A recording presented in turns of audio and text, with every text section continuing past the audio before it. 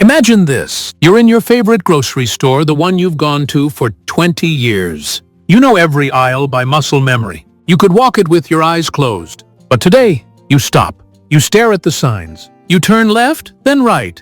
And suddenly, you don't know where the milk is. And for a split second, your stomach drops. Because it's not just, where's the milk? It's, what else am I going to forget? If you're living with high blood pressure or type 2 diabetes, I want you to hear this clearly.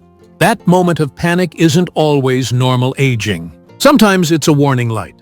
Not because you're broken, but because your brain is being quietly underfed. I'm a health research educator, and today I'm going to show you something hopeful.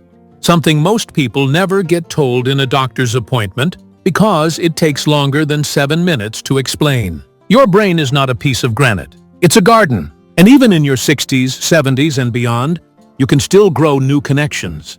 In the next few minutes, I'll give you 3 simple daily deposits that protect your memory, especially if you have hypertension or diabetes. No gimmicks, no miracle cures, just science-backed habits you can start today. And stay with me, because the biggest twist is this: the most powerful brain-protecting tool isn't a pill.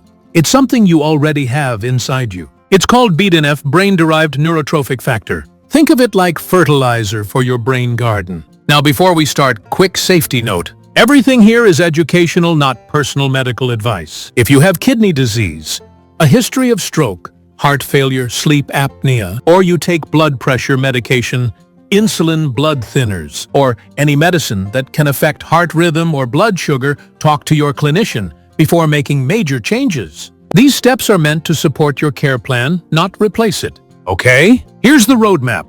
By the end of this video, you'll know 1. The 10-minute flush. How a short walk at the right time improves blood flow and helps stabilize blood sugar. 2. The mind plate. How to eat in a way that protects brain tissue and arteries at the same time. 3. The sleep scrub. How sleep acts like a nightly cleaning crew that clears brain waste.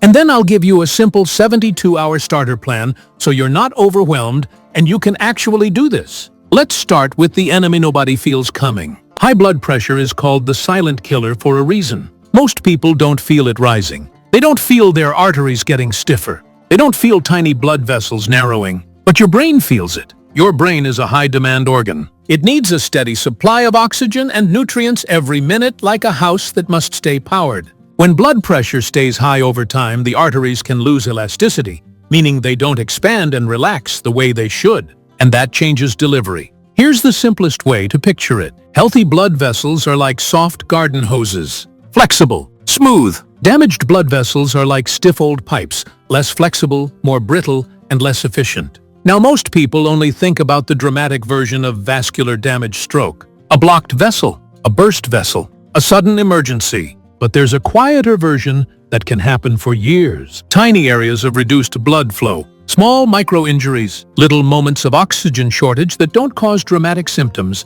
but slowly wear down the brain's wiring. That's why some people notice subtle changes first, and more word-finding pauses. More "why did I walk into this room" moments. More trouble focusing when the TV is on.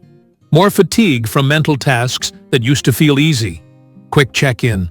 No shame, no fear, just awareness. Have you noticed any of those lately? Now let's talk about diabetes, because type 2 diabetes doesn't just affect your blood sugar. It affects brain aging. Research consistently shows that people with type 2 diabetes report higher rates of cognitive decline compared to those without diabetes.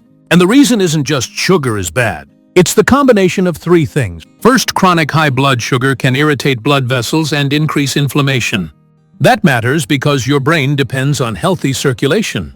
Second, insulin resistance. Insulin isn't only about blood sugar, it's also involved in brain signaling and energy metabolism. When insulin signaling is impaired, brain cells can struggle to use fuel efficiently. Third, long-term metabolic stress can be associated with changes in brain structure and function, especially in areas tied to memory and decision-making.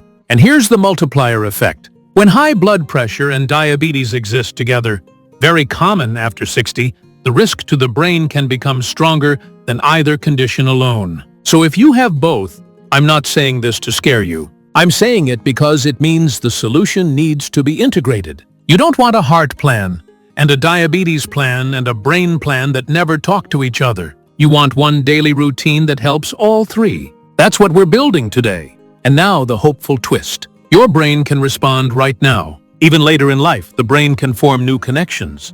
That's called neuroplasticity. And one of the molecules linked to this process is BDNF. BDNF is like fertilizer. When it rises, it supports the health of existing neurons and encourages the brain to form and strengthen connections. And the best part, you don't need a prescription to stimulate it.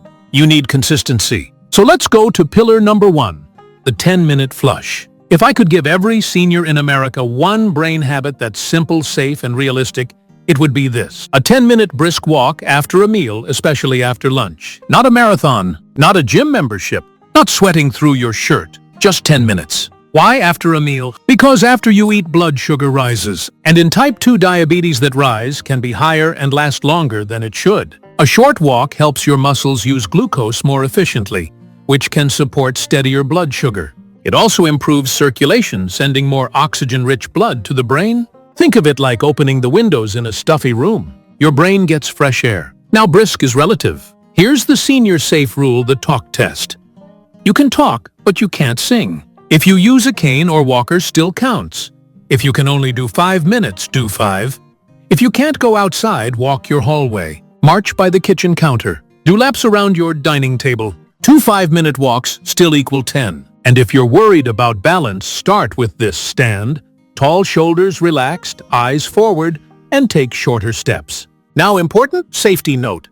If you use insulin or medications that can cause low blood sugar, talk to your clinician about timing and monitoring. Even short activity can lower glucose. Okay, here's your first deposit. Today, after lunch, set a timer for 10 minutes. Shoes on. Slow start. Just show up. Because motivation doesn't come before movement. It comes after. Now, pillar number 2, the mind plate. You've heard of the Mediterranean diet. You've heard of DASH for blood pressure. The mind diet is like a brain-focused blend of both, designed to support cognitive health while also improving vascular and metabolic health. And I'm going to make it ridiculously simple. Forget perfection. Forget counting macros. Here's the plate. Half your plate, leafy greens and colorful vegetables. 1/4 protein. 1/4 whole grains or starchy vegetables. And add healthy fats, olive oil, nuts, seeds, avocado if they fit your plan. Why leafy greens? Because they're nutrient-dense, vitamins, minerals, and plant compounds associated with reduced oxidative stress.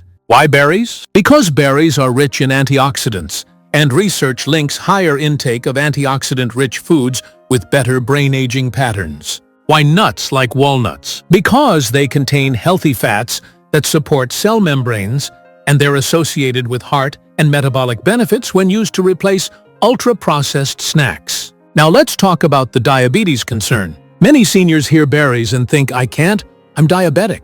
Here's the simple fix. Use a protein anchor. When you eat fruit, pair it with protein or healthy fat. Example, a handful of berries with plain Greek yogurt, or berries with a handful of nuts, or an apple with peanut butter. This helps slow the glucose spike and keeps you satisfied. Now, what should you limit? Not because you're bad, but because the brain hates inflammation and unstable blood flow. Try to reduce ultra-processed sweets, heavy refined snack foods, excess butter and fried foods, highly processed meats, sugary drinks.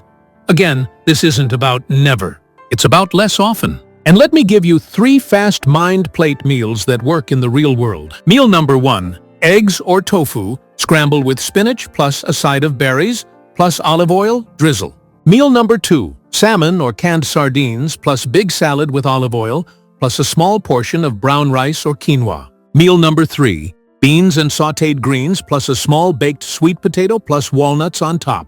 If that feels too big, here's the tiniest version. Add 1 leafy green serving per day. That's it! 1 handful of spinach, 1 side salad, 1 cup of steamed greens. That one change can be your daily deposit. Now, pillar number 3, the sleep scrub. Sleep is not lazy time. Sleep is brain maintenance. During deep sleep, the brain turns on a cleaning system often described as the glymphatic system, like a nightly wash cycle. It helps clear metabolic waste products, and research links poor sleep duration and quality in midlife with higher dementia risk later. So if you're sleeping less than 6 hours most nights, I don't want you to just push through. I want you to treat sleep like medicine. Here are 4 senior-friendly sleep rules. Rule number 1. Keep a consistent wake-up time even on weekends. Rule number 2. Get morning light within an hour of waking, walk to the mailbox, sit by a bright window. Rule number 3. Cut caffeine early. Many people need a noon cutoff, sometimes even earlier. Rule number 4. Make your room a sleep cave. Cool, dark, quiet. If nighttime bathroom trips are your issue, don't panic. Many seniors deal with that. Talk to your clinician, but practically you can also try shifting fluids earlier in the day and keeping your final large drink earlier in the evening without dehydrating yourself. Now here's the part most people miss. Even if your diet is perfect and your walks are daily, your brain still needs social oxygen. Social connection is not just emotional, it's biological. When you talk, laugh, share stories, and feel seen, your brain lights up. Neurochemicals like dopamine and serotonin help mood motivation and engagement is a brain protective state. Isolation does the opposite. It shrinks your world. And when your world shrinks, your brain gets fewer reasons to stay sharp. So I'm going to give you a simple rule: 1 real connection per week. A call, a walk with a neighbor, coffee after church, a community center class, even sitting with someone and sharing a meal. And yes, YouTube can be part of that. But don't let videos replace people. Use videos to create conversation. Here's a challenge.